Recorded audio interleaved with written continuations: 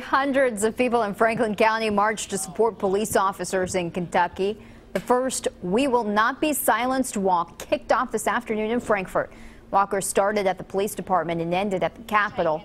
Brandy Durman, the widow of a Lexington police officer killed in a hit and run, wanted today's walk to send an important message to officers. Our police officers are real people too, that they have families and loved ones, and they pray and hope they go home every night. Yet there's a few of them that never make it home because of the violence against our officers. Organizers want to make the walk an annual event.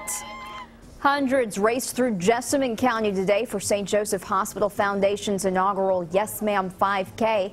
The race raised funds for mammography screenings for the underinsured.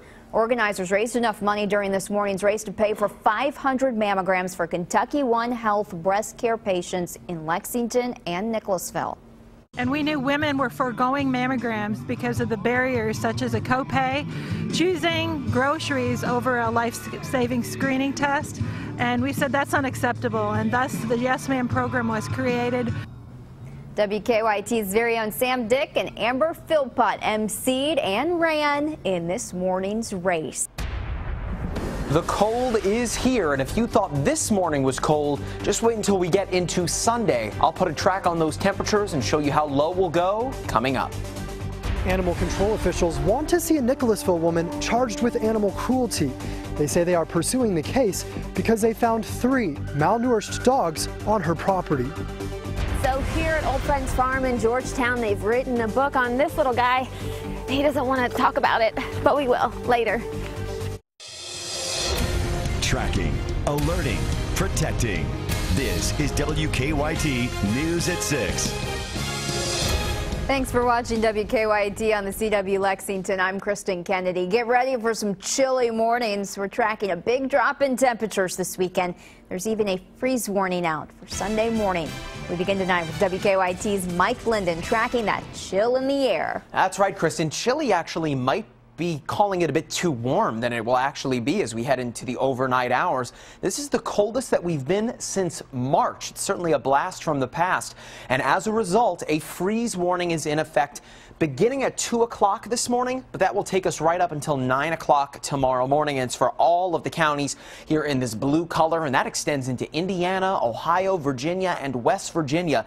This is some cold air coming from Canada into the United States. You can actually see those lines moving in from the northwest. That's the direction of the winds. So that air coming in from the north of us, and that's keeping temperatures even right now much cooler than normal. The mid to low 50s at this moment, and that is a good 10 degrees off from where we were just yesterday at this time.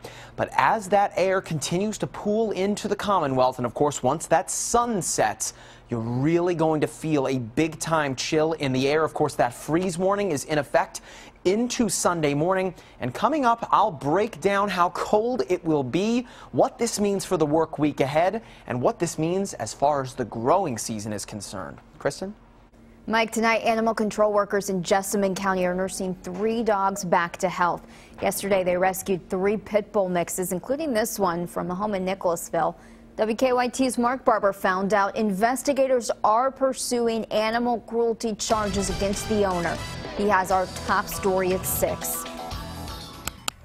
Frank Ruggiero, the animal care and control shelter manager, says the signs of neglect are clear. Ribs poking out of skin, tails tucked between legs. At times, the 3 malnourished dogs shake in fear and are too scared to move.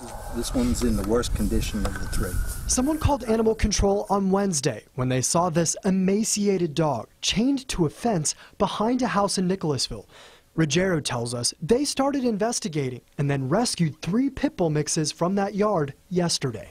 You gonna walk yourself? Huh? You gonna walk yourself? He hopes the owner will be charged with second-degree animal cruelty. He isn't saying where the dogs were found or naming the owner yet because he's still waiting to see if the county attorney will press charges on Monday. When we were talking to him about the case, an employee told him the owner was trying to pay the vet fees and coming to take the dogs home. Tell him when it'll all come out in court. And if he has a problem with that, I'll call the sheriff right now. Animal control does have custody of the dogs. While Ruggiero says they are pursuing the case against the owner, right now Their main concern is nursing these dogs back to health. Ruggiero says the dogs will probably be ready for a foster home in 2 to 3 weeks. He thinks it will be another 3 to 6 months before they are ready for adoption. In Jessamine County, Mark Barber, WKYT. Animal control workers are treating the dogs for parasites. Right now, they say they have to give them more food than normal because of their condition. New tonight, state police are trying to determine the ID of a body found in Knox County. Police say the sheriff's office was searching for a missing man when they found a body in the Cumberland River right off Highway 11. They are not yet releasing the man's name, and we are not sure if that man is the same one they were looking for. The body is now in Frankfort for an autopsy. Police are investigating a deadly crash in Montgomery County that happened last night on Interstate 64 at mile marker 108. The Montgomery County coroner says a 33-year-old man from Elliott County died when his car rolled over on the interstate. The coroner is not yet releasing his name. A missing Nelson County woman's family hopes they are one step closer to finding out what happened to her. Crystal Rogers has been missing since July. Yesterday, investigators named her boyfriend, Brooke Hauk, a suspect in the case. Hauk's brother, Nick, was a Bardstown police officer. Leaders in the department recently fired him. They seized his cruiser early in their investigation. Police are now saying they believe Rogers is dead. Her family wants answers. As far as relief goes and closure, I don't think you're going to get closure until, Crystal's found. And, of course, whoever is responsible for her disappearance is brought to justice. Search crews and family members organized another search in Marion County yesterday. Firefighters in Lexington were not able to save a kitchen from a large fire today. Crews say a woman at a home on Gregory Way thought she turned the stove off and left it unattended. They were able to put out the flames pretty quickly. We're told the damage is just in the kitchen. No family members were injured. Firefighters are reminding families to make sure the stove is off before leaving the room. The takeaway of any kitchen fires while you're doing any type of cooking, pay attention. You are dealing with a heat source. Make sure it's off. Remove the pots and pans from the stove top, and just general housekeeping at that point. Pay attention to your cooking. The family, we're told, plans to find somewhere else to stay tonight. Also in Lexington, firefighters had a big mess to clean up this morning after a tar kettle overturned on a roof on UK's campus, causing it to catch fire. The building houses the boilers for the University of Kentucky. Firefighters say workers were doing some patchwork when the kettle flipped. We're told the fire did not spread to any other part of the building. Crews did have to reroute traffic while they cleaned up the mess. A miniature horse and his amazing story are keeping a retired horse farm in Georgetown up and running. Old Friends farm owner Michael Blowen says he rescued Little Silver Charm from a slaughterhouse more than 15 years ago. The story of how he got there is one Blowen thinks is worth telling. WKYT's Michelle Chamberlain is in Georgetown. Little Silver Charm is the official spokesperson of the whole farm. This little horse calls Old Friends Farm his home. So he bosses all the thoroughbreds around. Little Silver Charm is the only miniature horse on this farm, which is home to more than 100 retired thoroughbreds, including 1997 Kentucky Derby winner Silver Charm. I named him Little Silver Charm because Silver Charm was my favorite horse of all time. It still is. And now we have Silver Charm here, who just came here last year, and they're good buddies. So. Old Friends Farm owner Michael Blowen found Little Silver Charm at a slaughterhouse, and he paid $40 to be able to give this mini horse a new home. We've had him for 16 years, but we don't know what his life was like before that.